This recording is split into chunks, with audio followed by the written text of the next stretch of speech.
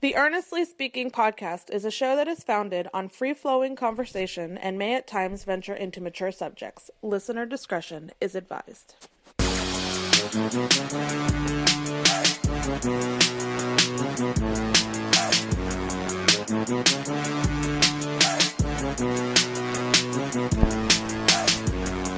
Earnestly podcast coming to you on July 12th, 2021.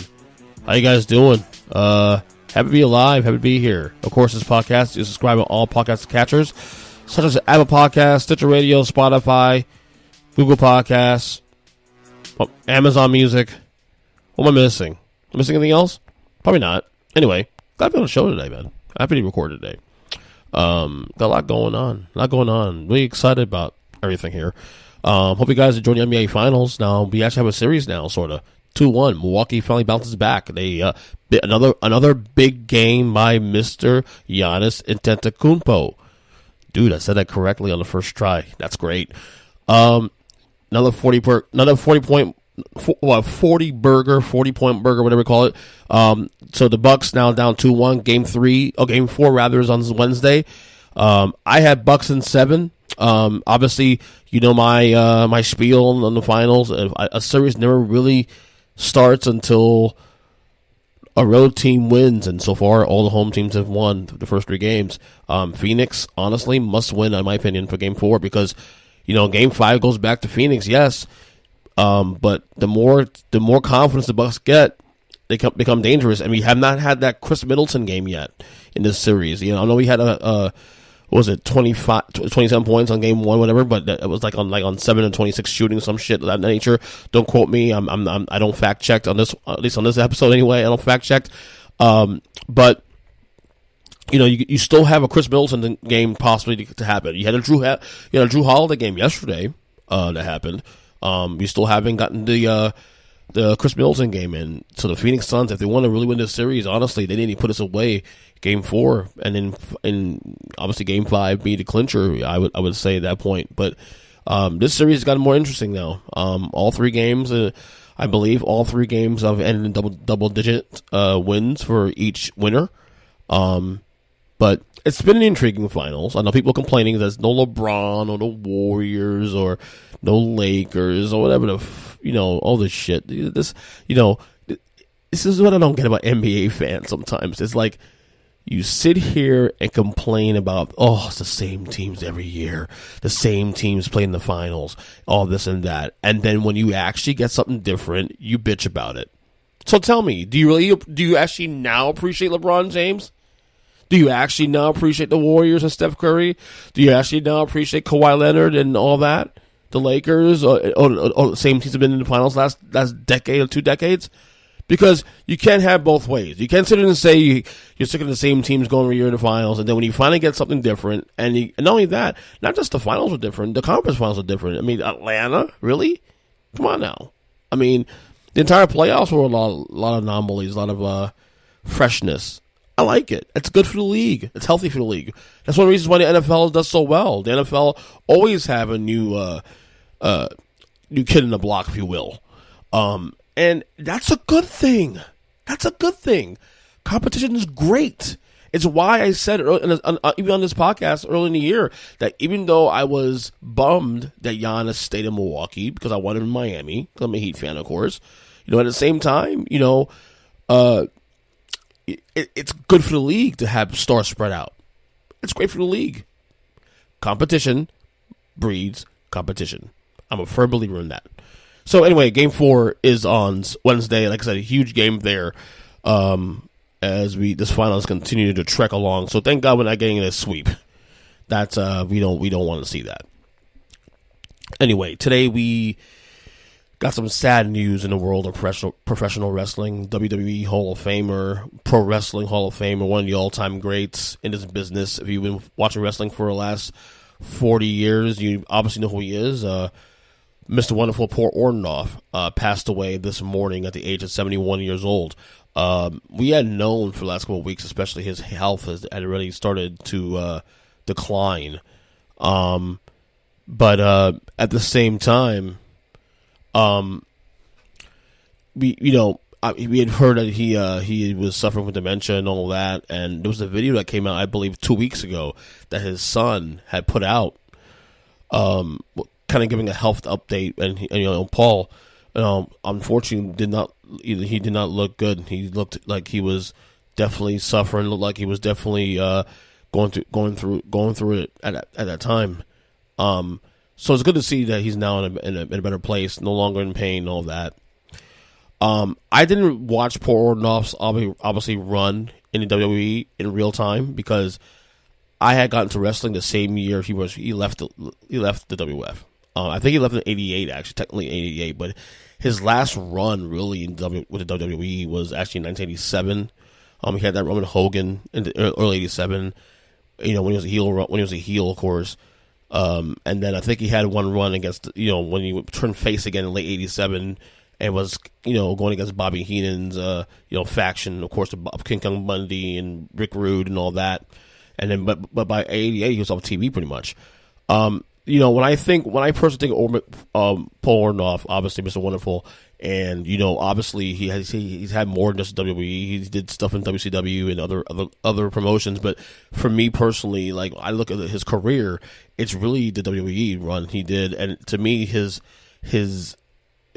biggest run with the company was the feud with Hulk Hogan, and that went 2 years. That went from '85 to '87, where they hated each other, and then they loved each other, and they hate each other again, and then liked each other again in the end. I don't even remember that Survivor Series '87. He was actually on Hogan's team. Can you believe that?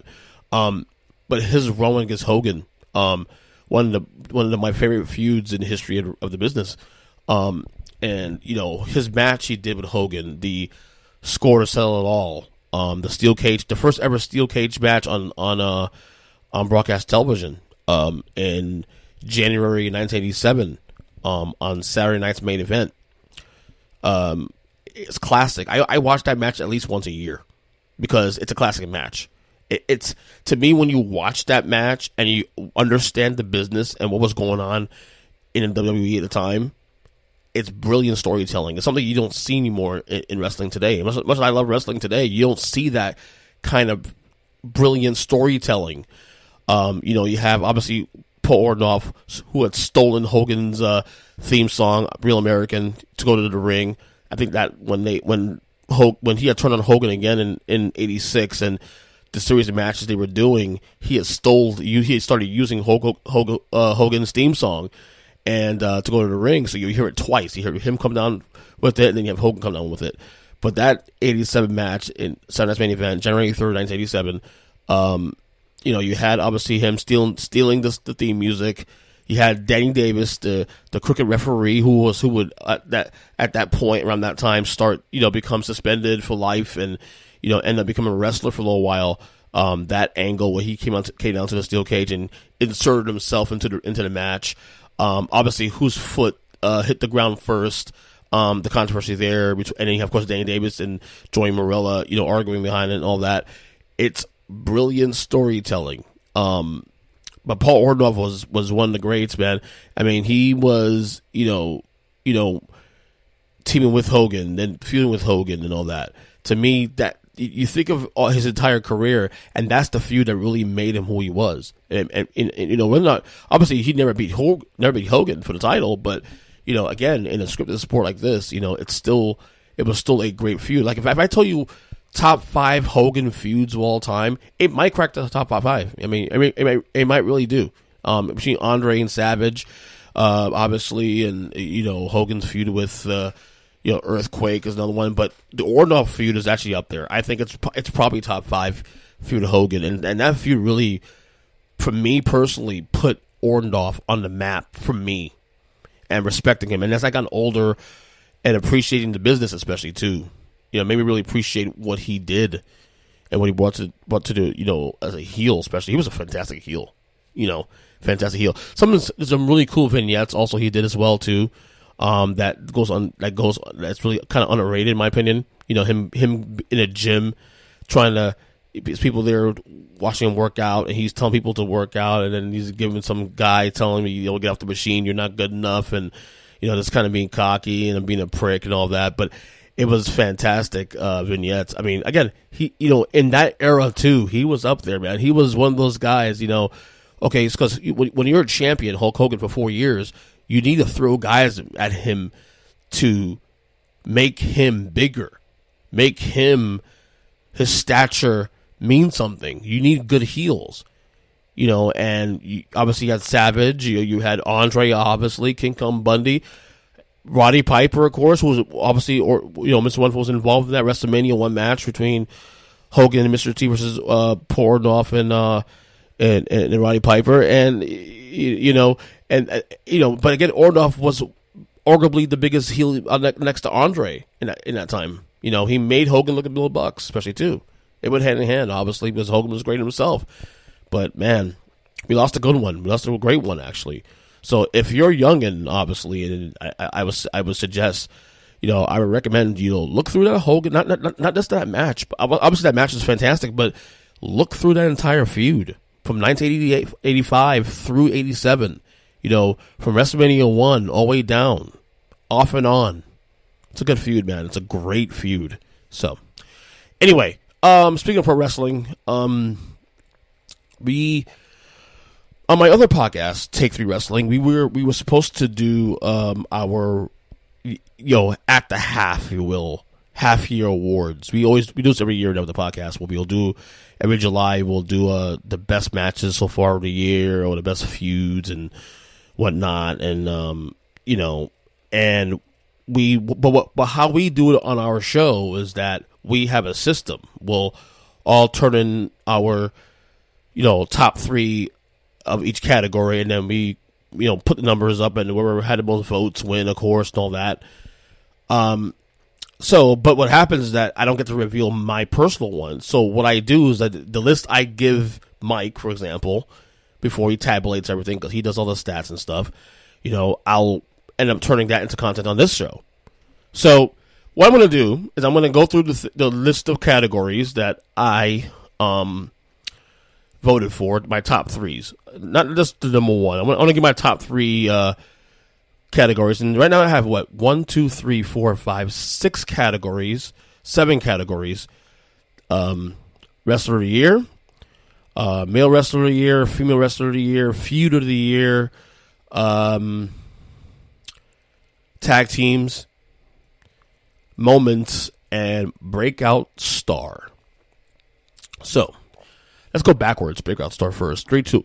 We'll go 3, 2, 1. My third biggest breakout star of 2021 so far, Ricky Starks at AEW. He's fantastic.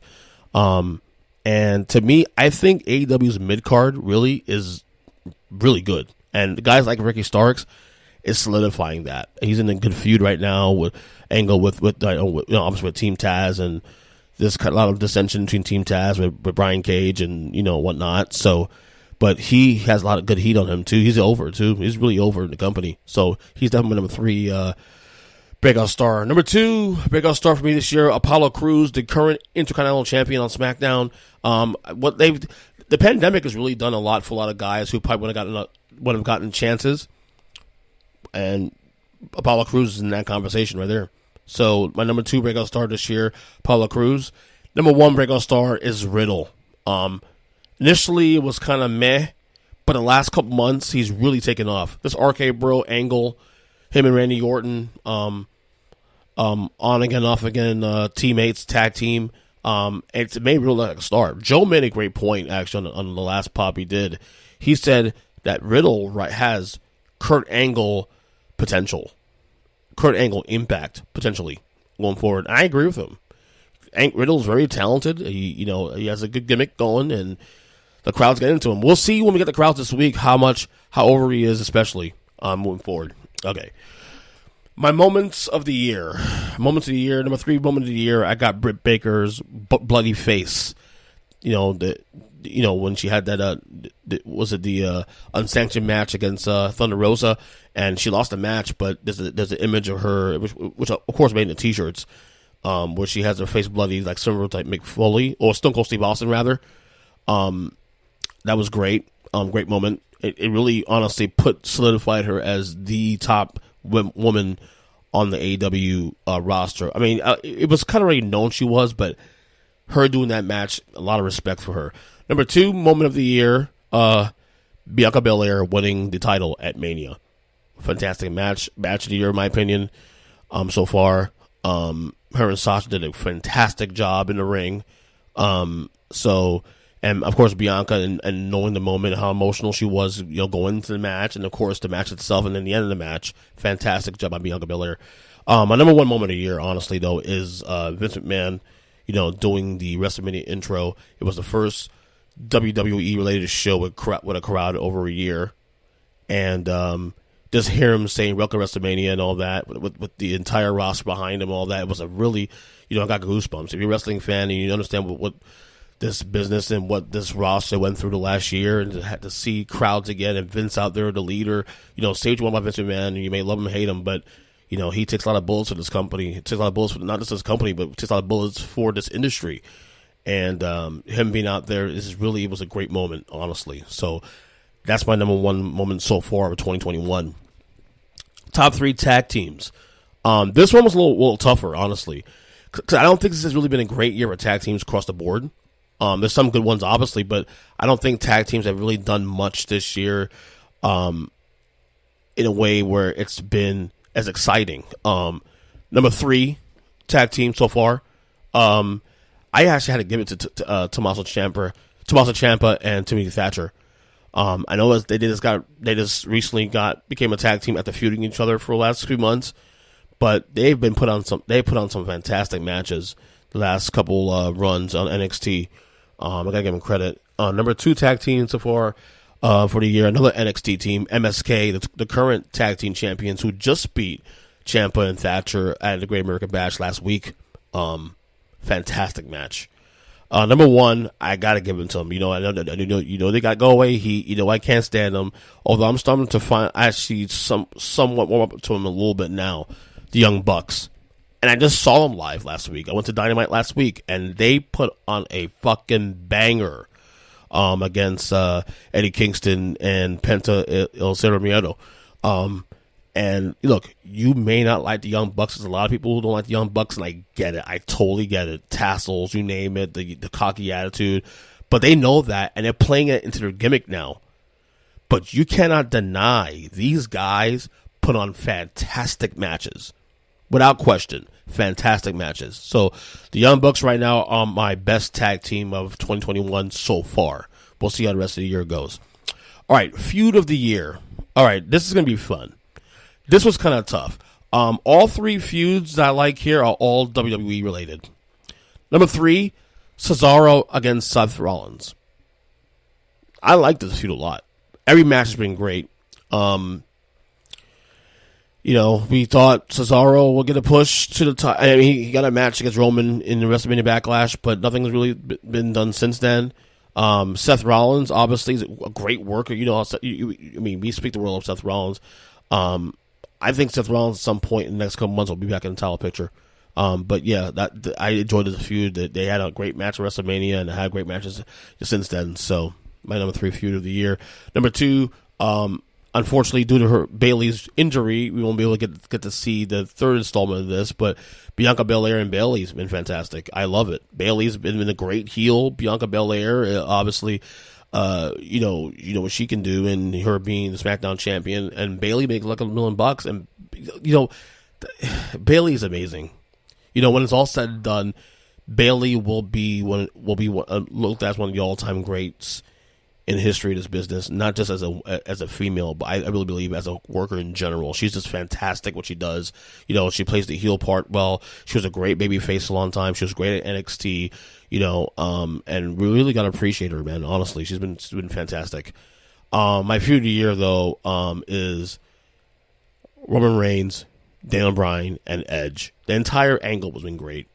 Honestly, Roman stacking them at WrestleMania. Daniel Bryan, which I initially was against at the time, installing him into the 3-way feud, but he made it work. So Reigns, Bryan, and Edge.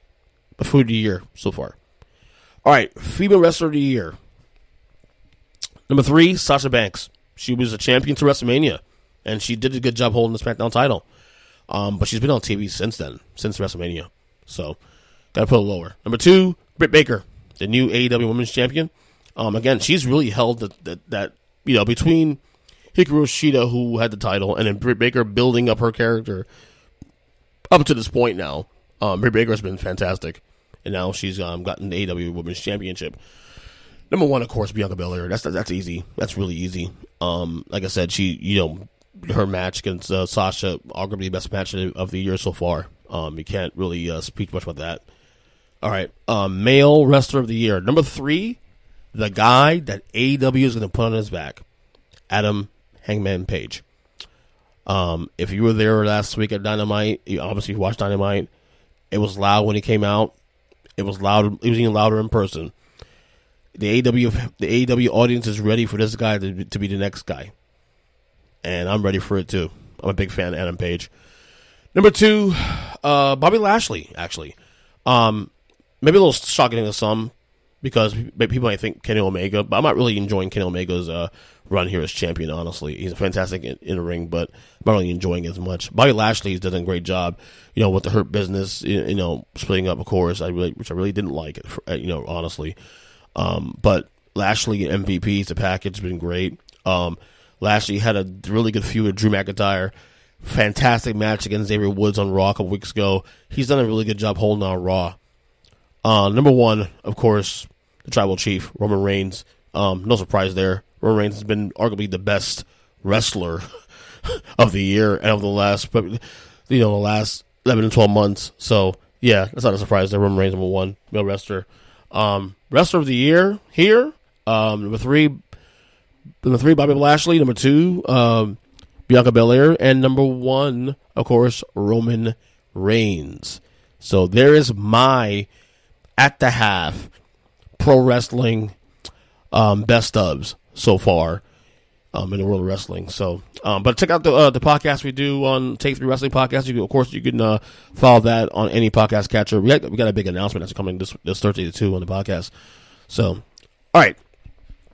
Before I go, one more thing to talk about before I go.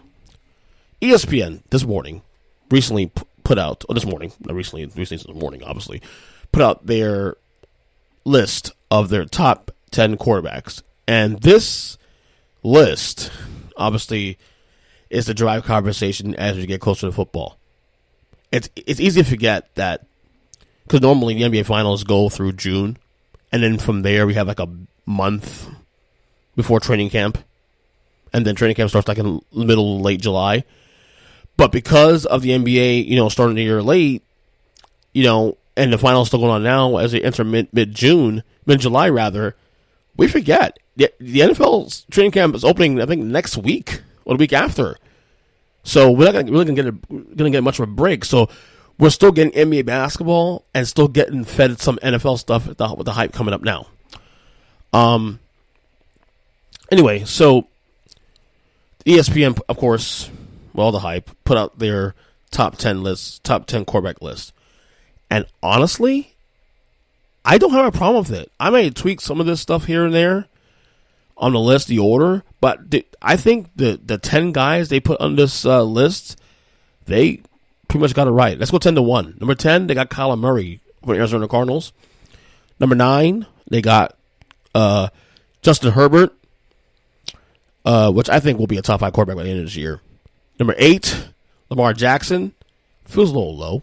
Number 7, Dak Prescott. Number 6, Matthew Stafford.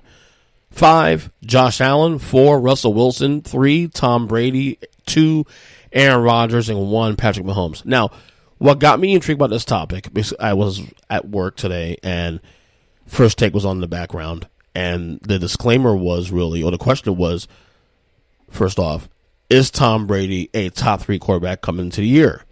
Now, if you asked me this question last year at this very time, when he just left New England to come to Tampa Bay, given what he did in New England the year before, I would have told you no. In fact, I probably would have told you he was not a top 10 quarterback, because granted, Tom Brady didn't have a lot of weapons. That's true. But that was one of his worst years in recent memory. His last year in New England was not that good. We can sit there and debate why and who was there and whatnot. I mean, we get all that. But if you ask me that right now, coming to the year, as Tom Brady is Super Bowl champion right now, absolutely he's top 3 quarterback right now, based on last year. He had one of his best years of his career last season at age 43. Okay, he threw 40 touchdowns for starters. Okay, and he closed games out when he needed to. Yeah, were there games like the playoff games against the Packers, threw 3 picks? Yeah, whatever. We get all that. A lot of those picks also were tap balls. So we'll also, for context state, of course. I know certain people listening to the podcast might see that and think I'm being a Brady homer. I'm not being a Brady homer, but they got it right here. Like 1 and 2 and 3, honestly, is correct. Is dead on. Pat Mahomes number 1, Aaron Rodgers number 2, the MVP number 3, Tom Brady. People will say, well, why not Russell Wilson? Why is that higher on your list? Well, you know me. I'm a Russell Wilson stan. I'm a Russell Wilson fanatic. But he had dips last year. He had a couple of dips the third quarter of the year, which is why he's a little lower. He's still top 5 quarterback in the league. Josh Allen, number 5. Does it feel a little high? You know, Josh Allen was very productive last year. This is all based off last year, obviously, so you can't go wrong here. I have no problem with that.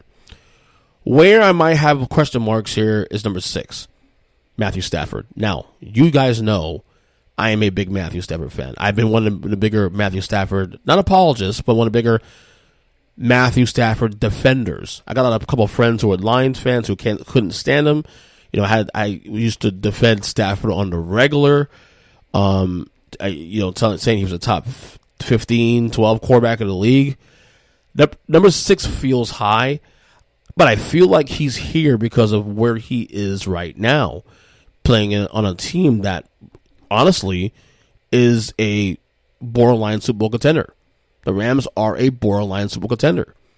And you got a guy like Matthew Stafford, who's clearly better than Jared Goff, in my opinion. You know, but I think that's they're not playing the result here. That is boosting him, because they expect him to do great things with the LA Rams. But to me, you can't just put him there just because. Now, is Matthew Stafford right now a top 10 quarterback in the league? Yeah, I'm okay with that. I'm okay with you saying, top 10, but number 6 feels a little high. Dak Prescott, number 7, Dallas Cowboys, come off injury, feels a little high because of the injury. We don't know how it's going to look, obviously. Like, Lamar Jackson should be number 6. Like, Lamar Jackson should be number 6 in this list. Okay, I'm okay with you putting Josh Allen and Lamar Jackson right now, just because of last year. Josh Allen was more consistent than Lamar Jackson. Okay, but to have him behind Matthew Stafford and Dak Prescott is a little bit whatever. But it's also, it's inches here at this point. Number 9, like I said, Justin Herbert. Like I said, I think by the end of this year we'll be looking at this guy as a possible top 5 quarterback in the league. The LA Chargers. They got a good one out there, and of course number 10, Kyler Murray. Kyler Murray, like I said, he's been fantastic. It's time to take it to the next level. Obviously, take his team to the playoffs. We'll see how that goes this year. But it does feel like there's a little bit of separation now with quarterbacks. Obviously, with Drew Brees being gone, so retiring. You have guys we had in this list maybe a year ago, 2 years ago, not even on this list anymore. Like I said, Drew Brees was probably considered at one point top 10 quarterback like 2 years ago. Ben Roethlisberger no longer on this list. A lot of quarterbacks you can go through. Where's Deshaun Watson? I know he may not play next year. We'll see what happens. But let's assume Deshaun Watson plays this year. Deshaun Watson should be on this list. Okay, Deshaun Watson should be in the probably top 7. Because he was still great last year, even despite, how bad Houston was last year. So that's a little issue I have too. But all in all, the top 10 guys, aside from maybe just a couple of tweaks between 6 and 8, and then maybe not having Deshaun Watson on this list, I'm okay with it. So anyway, that would do it for today's podcast on July 12th, 2021. Of course, the Earnest Wikipedia, all podcasts, Earnest Wikipedia first off on all social media platforms. Guys, especially if you can, do this for me, please, pretty please.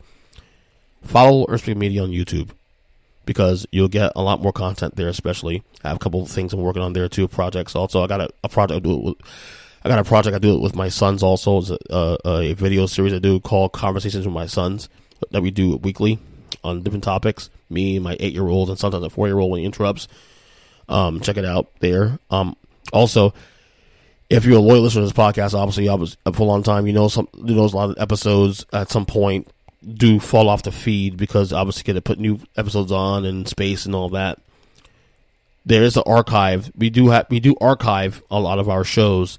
We have archives dated back to 2019, 2018 on the YouTube page. So if you want to listen to the podcast of episodes from years back or whatever, you could do so. Just check out the YouTube page, of course. So subscribe. It's free, man. It's free. You know. We also clip out good moments from all these this podcast, Take 3 podcasts. You know. So check it out. Earnestly.net. Other than that, I think that's it, man. I think that's good for us today. So talk to you guys later. God bless y'all and see ya.